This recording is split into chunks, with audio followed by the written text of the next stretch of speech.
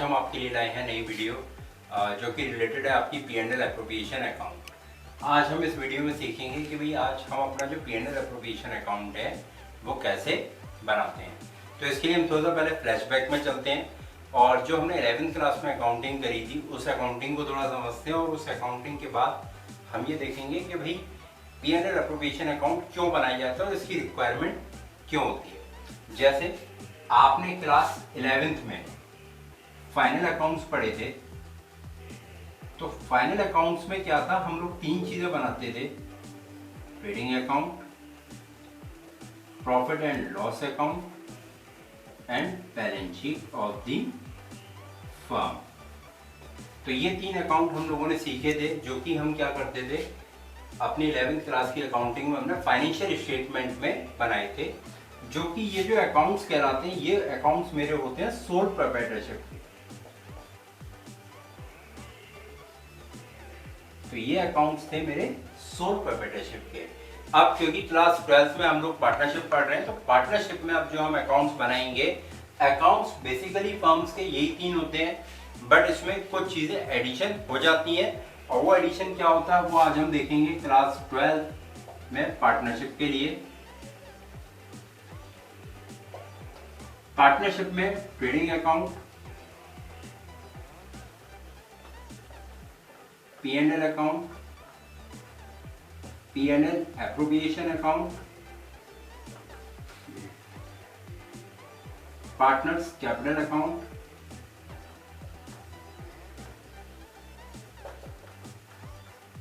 And balance sheet of the firm.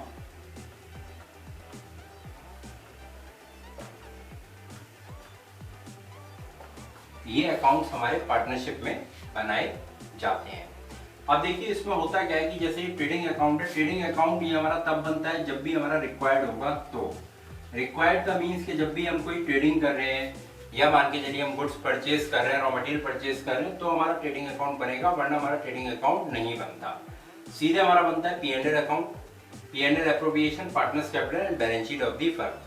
P&L account भी आपका जो 12th में आपको बनाने की ज्यादा जरूरत नहीं पड़ती है, हम डायरेक्ट जो मेन अकाउंट्स बनाते हैं that is P&L appropriation, partners capital और बैलेंस शीट। अब आपने देखा कि यहाँ पे हम केवल 3 अकाउंट बना रहे थे और यहाँ पे हमें 5 अकाउंट बनाने पड़ सकते हैं एक पार्टनरशिप फर्म में। तो ऐसा क्यों होता है?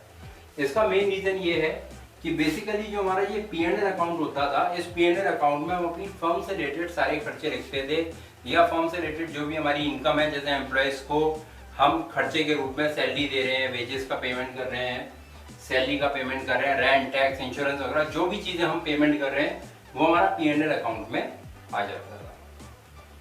P&L appropriation account basically it is a specific account for partners. P&L appropriation account इसलिए बनाया जाता है क्योंकि ये इस अकाउंट में पार्टनर्स की सारी डिटेल मेंशन की जाती है। जैसे फॉर एग्जांपल पार्टनर्स को इंटरेस्ट कैपिटल कितना दिया जा रहा है, पार्टनर्स को सैलरी कितनी दी जा रही है, कमीशन कितना दिया जा रहा है, तो ये सारी चीजें P&L एप्रोप्रिएशन अकाउंट में आती है, जो कि हम P&L अकाउंट में नहीं बनाते। सोल प्रोप्राइटरशिप में ये इसीलिए नहीं बनता था क्योंकि सोल प्रोप्राइटरशिप में केवल और केवल एक ही ओनर होता था और यहाँ पर ओनरों की संख्या ज्यादा होती है, इसीलिए हम इसको फर्दर कैटेगराइज कर देते हैं। P&L अकाउंट की जगह पे हम P&L एप्रोप्रिएशन अकाउंट बनाते हैं।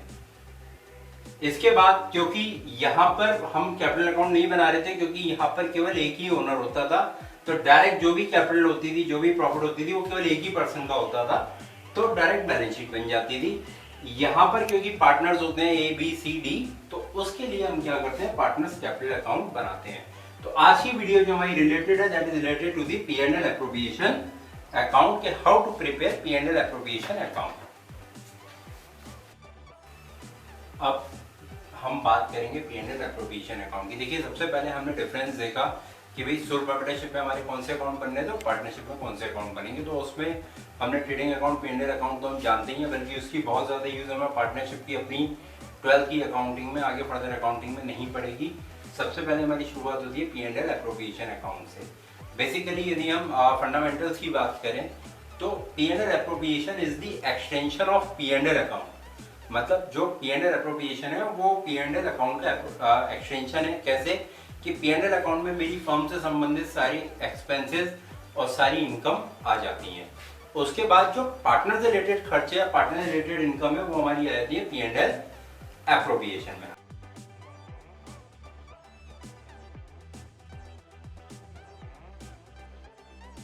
अब देखिए होता क्या है, सबसे पहले जो हमारा P&L अकाउंट में प्रॉफिट आता है वो प्रॉफिट हमारा ट्रांसफर होता है बाय P&L अकाउंट प्रॉफिट के नाम से P&L एप्रोप्रिएशन अकाउंट के क्रेडिट साइड में। ठीक, उसके बाद हमारी जैसे मान के चलिए पार्टनर्स को हम जो भी चीजें दे रहे हैं, मतलब जो फर्म जो भी चीज पार्टनर को दे रही है वो डेबिट साइड में आ जाएगी, और जो फर्म पार्टनर को जो भी चीजें पार्टनर से ले रही है वो क्रेडिट साइड में आ जाएगी। लाइक पार्टनर्स को हम सैलरी दे रहे हैं तो पार्टनर की सैलरी, कितने पार्टनर्स हैं उनके नाम, उनको क्या क्या सैलरी दी गई, उसका टोटल, और टोटल करने के बाद टोटल अमाउंट के कॉलम में आ जाएगा।